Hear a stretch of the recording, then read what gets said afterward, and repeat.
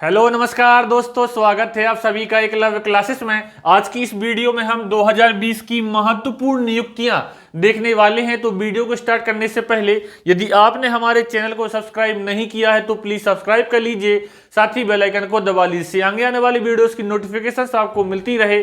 तो चलिए वीडियो को स्टार्ट करते हैं।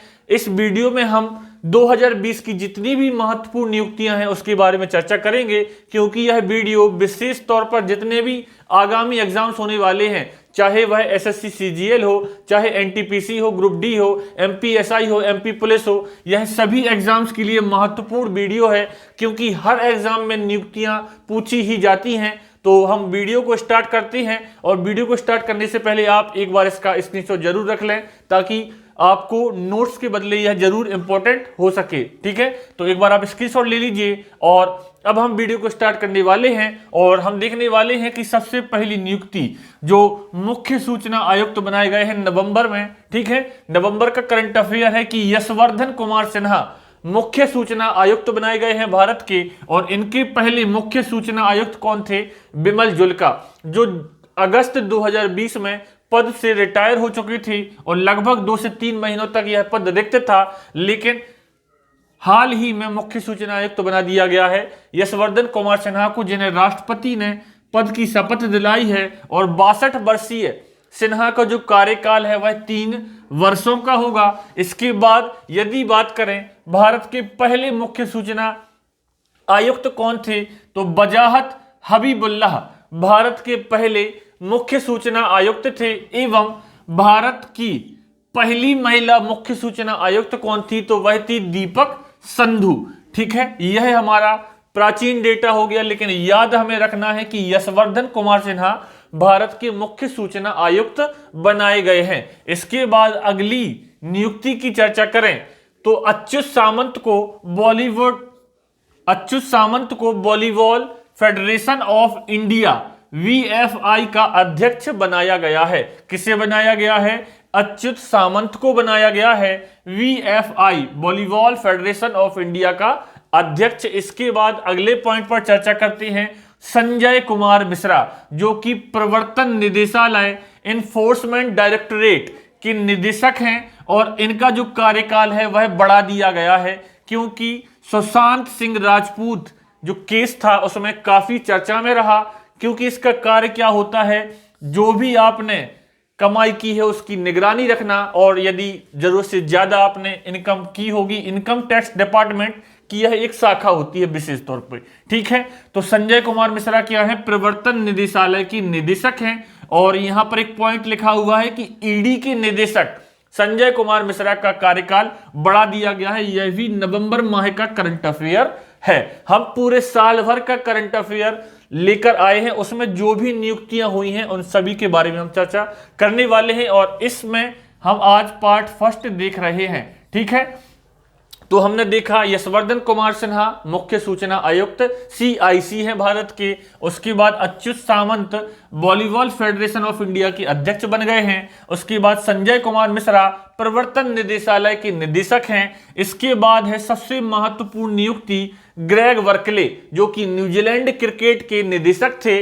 और इन्हें अब आईसीसी इंटरनेशनल क्रिकेट काउंसिल का नया अध्यक्ष बना दिया गया है। ठीक है, अब बात करें आईसीसी की, तो आईसीसी की स्थापना 1909 में हुई थी, जिसका मुख्यालय दुबई यूएई में है। और यदि अन्य पॉइंट्स की बात करें तो इन्होंने जो जगह ली है वह भारत के शशांक मनोहर की जगह ली है।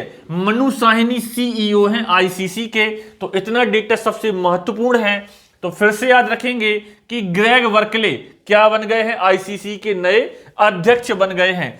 इसके बाद अगली महत्वपूर्ण नियुक्ति की चर्चा करें तो ज्ञानेंद्रो निंगोम्बम मणिपुर के हैं, जो कि हॉकी इंडिया के नए अध्यक्ष बनाए गए हैं। और इनके बारे में यदि चर्चा करें तो यह निर्विरोध तरीके से हॉकी इंडिया के अध्यक्ष चुने गए हैं। और इनके पहले हॉकी इंडिया के अध्यक्ष कौन थे? तो मोहम्मद मुश्ताक अहमद हॉकी इंडिया के अध्यक्ष थे, लेकिन अब बन कौन गए हैं? ज्ञानेंद्रो निंगोम्बम। इसके बाद अगले पॉइंट पर चर्चा करें तो 2020 का सबसे चर्चित चुनाव रहा अमेरिका की डेमोक्रेटिक पार्टी के लीडर जो बाइडेन का, जो कि जीते हैं और काफी शानदार तरीके से जीते हैं, और इन्होंने अमेरिका के 46वें राष्ट्रपति पद की शपथ ली है।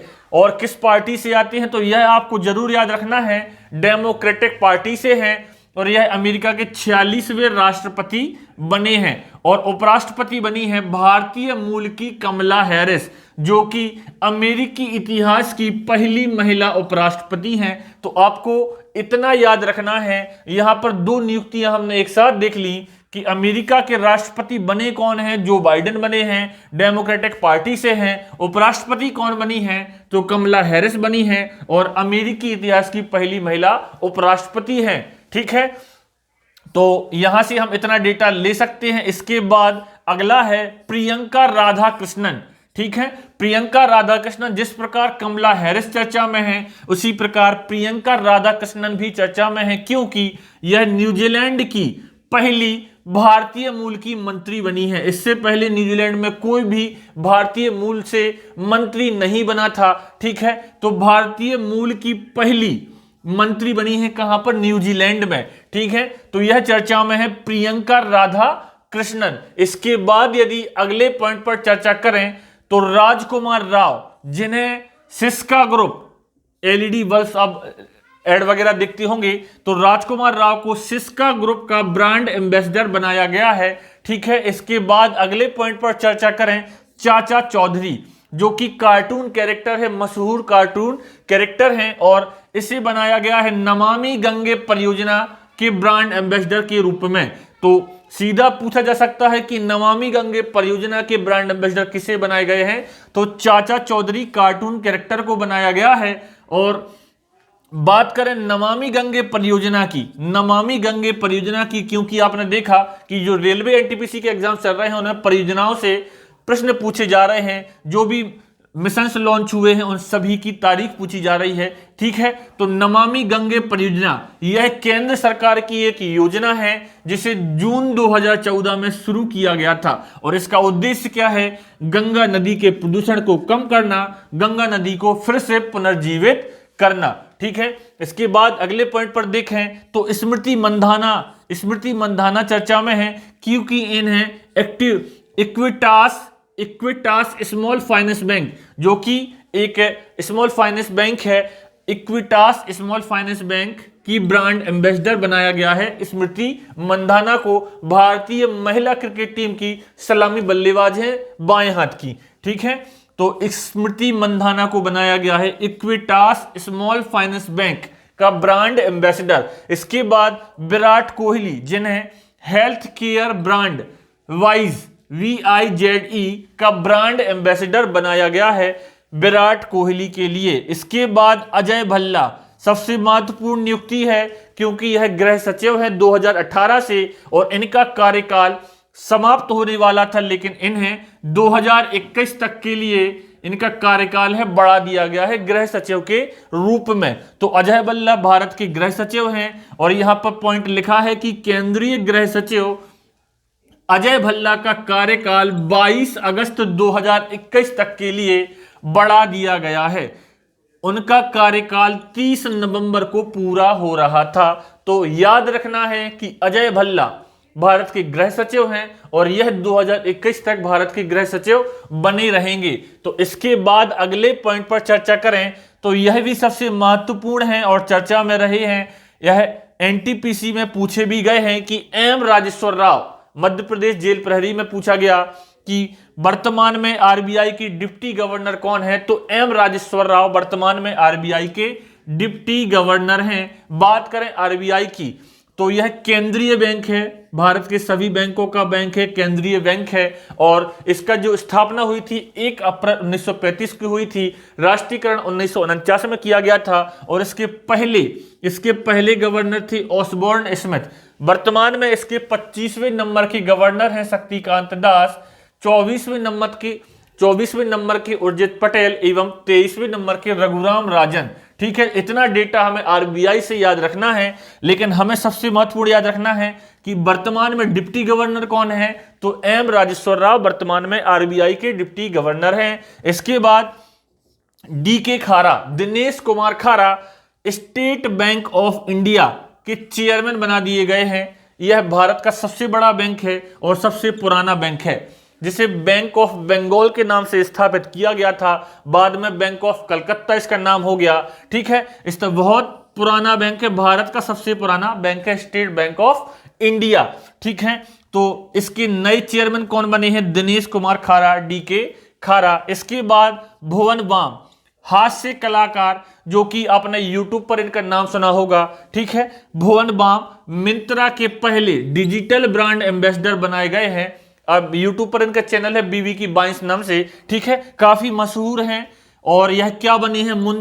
मिंत्रा के पहले, जो कि फैशन, आपने देखा होगा कि एक फैशन, मिंत्रा क्या है? एक फैशन प्लेटफॉर्म है। ठीक है, कपड़े वगैरह खरीदने के लिए यूज होता है। तो भुवन बाम को मिंत्रा का पहला डिजिटल ब्रांड एम्बेसडर बनाया गया है। इसके बाद अगले पॉइंट पर चर्चा करें तो आमिर खान जिन्हें वेदांतु, ठीक है, एक स्टडी लर्निंग प्लेटफॉर्म है वेदांतु, और उसका ब्रांड एम्बेसडर बनाया गया है आमिर खान के लिए। इसके बाद रोहित शर्मा को वेगा का ब्रांड एम्बेसडर बनाया गया है, जो कि ग्रूमिंग, जो कि आप देख सकते हैं कि जिसके वो क्या ट्रिमर्स वगैरह बनते हैं, एक क्या है, ब्यूटी प्रोडक्ट है वेगा, और इसका ब्रांड एम्बेसडर बनाया गया है रोहित शर्मा के लिए। तो इसके बाद कुछ रिमेनिंग हम देखते हैं। एवा मोर्टो, क्योंकि यह हाल ही में चर्चा में रही हैं, एक दिन के लिए यह फिनलैंड की प्रधानमंत्री बनी थी। एक दिन के लिए फिनलैंड की प्रधानमंत्री बनी थी एवा मोर्टो।